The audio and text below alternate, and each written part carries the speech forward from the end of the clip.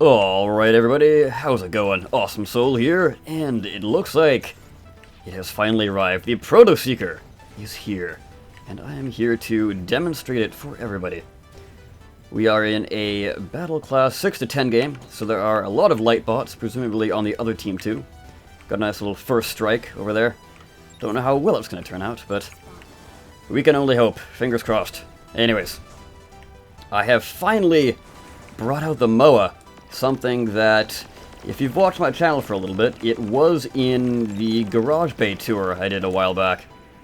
Now, I did actually make it for the, what was it, Phase 2, basically. The name of the actual update escapes me, so I usually call it Phase 2 anyways, so it doesn't really matter. It's probably a good idea to hide down here. Yeah, oddly enough, I first started it as a flak mech. As you can see, the huge tail section was actually the last bit that was going to be able to hold on to the flat cannon. Because, you know, the wide base and all. And then it turned into a missile launcher bot. And then that didn't really work out because, you know, CPU constraints and all that. But I figured, you know what, let's strap some Proto-Seekers on and see how it works out. So far, it's been working really well. And overall, I'd say the Proto-Seeker is a pretty cool weapon. Not gonna lie. So I guess I'll show off some of the things that I've found out about it. Basically, general combat tips, I guess you could call them. Ooh. Was I getting locked on there? I don't know. I can't quite tell. There we go. Cool. Okay, so what I have found out is the Proto-Seeker is actually targeting parts first. Like, you know, functional parts, like electroplates, guns, and movement parts.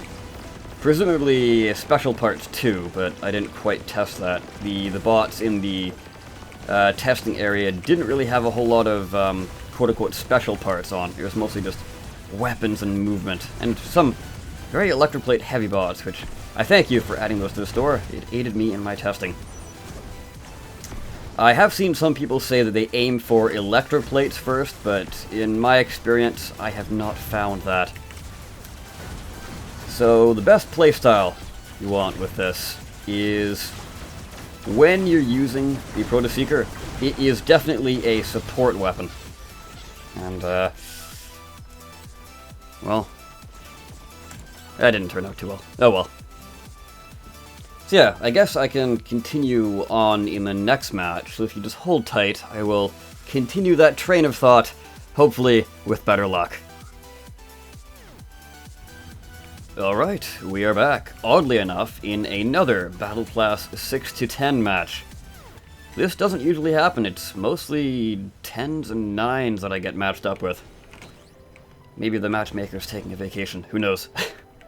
Let's see. What was I getting at? Yes, the functions of the weapon. Or, well, I guess tips and tricks, I guess you could say. So, the weapon definitely is a support class weapon. Not exactly your frontline weapon. Although, you can use it to devastating effect if you know what you're doing. And I'll go over some things that I think you might want to look into. Again, this is sort of early into the release. I don't know if there are better ways to use it, but I don't really... Knowing the information I know now, I don't really see any way you could really play better with it. But we'll see.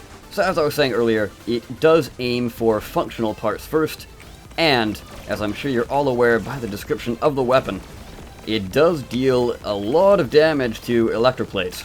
So, essentially, it boils down to being an anti-electroplate and part-heavy bot. So if you see something using a lot of electroplates, aim for that first. When you're using the Proto-Seeker, your priority is heavily electroplated bots.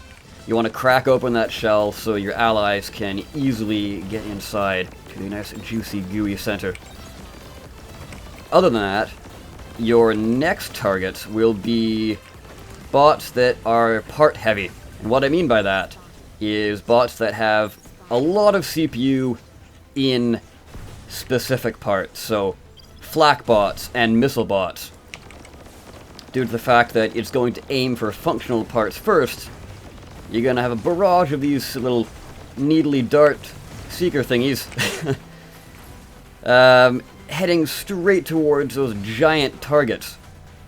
And it tries to aim for functional parts, but if it hits something else before it goes to the thing that it's trying to hit, obviously it will hit that first. So say it's trying to hit a smaller gun behind the flak cannon. The flak cannon being such a large target, it's going to hit that first.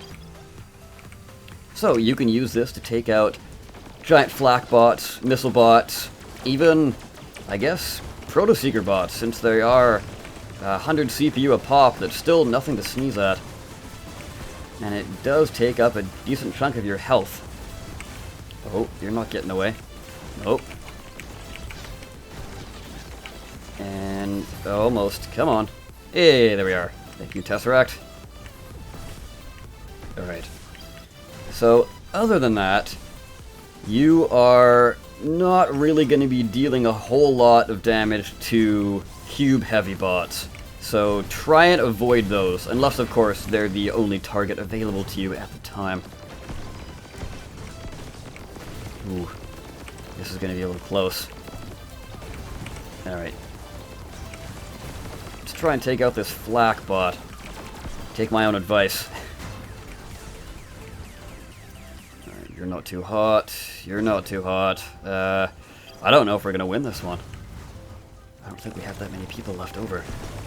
There's their flak copter. And, oh, yeah. Well, I tried. Yeah, I'm just gonna point out yet again, as I said before, this is a support weapon. Simply because it does not deal a whole lot of damage.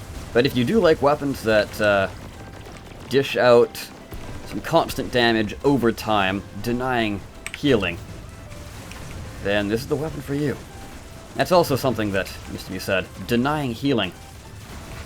The fact that it is, again, a constant stream of damage, if you can lay down the hurt, even on super tanky bots, they will not be able to heal. And that is something that can, again, support your team. Going to the fact that, yes, it is indeed a support weapon. I'm not sure how I'm gonna... well, how many times I'm gonna say that, but I think that's going to be the last time, because I am very much dead. Oh well. 2 losses, but I think I played pretty well supporting the team, and I got my points across. So, that was the main point, of this video.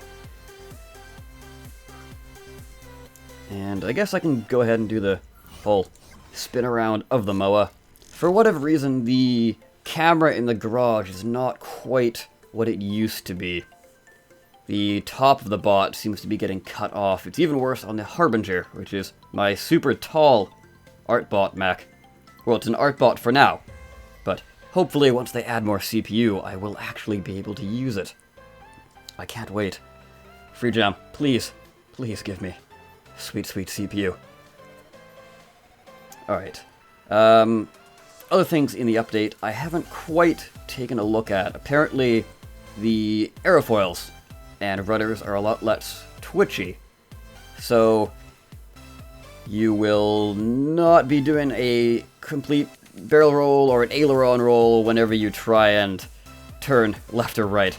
Which, I did test out flyers before this update, and yeah, they were very twitchy. So, if they got the patch through like they said they did, then that's great.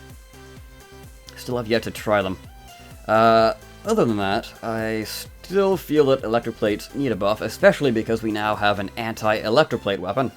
They were a little weak before, not quite, worth the CPU. And the fact that you've got something that can completely obliterate them very easily, well, hopefully FreeJam will give them a buff. There has been a few threads that brought up the fact that electroplates aren't quite as strong as they should be, so hopefully Free Jam took notice of that. Anyways, down below let me know what you guys think of the Proto-Seeker. How are you enjoying it? What kind of tactics are you using with it? That would be very interesting to know. So I will end the video here. I've been the Awesome Soul. I thank you so much for watching, and I will see you next time. Take care.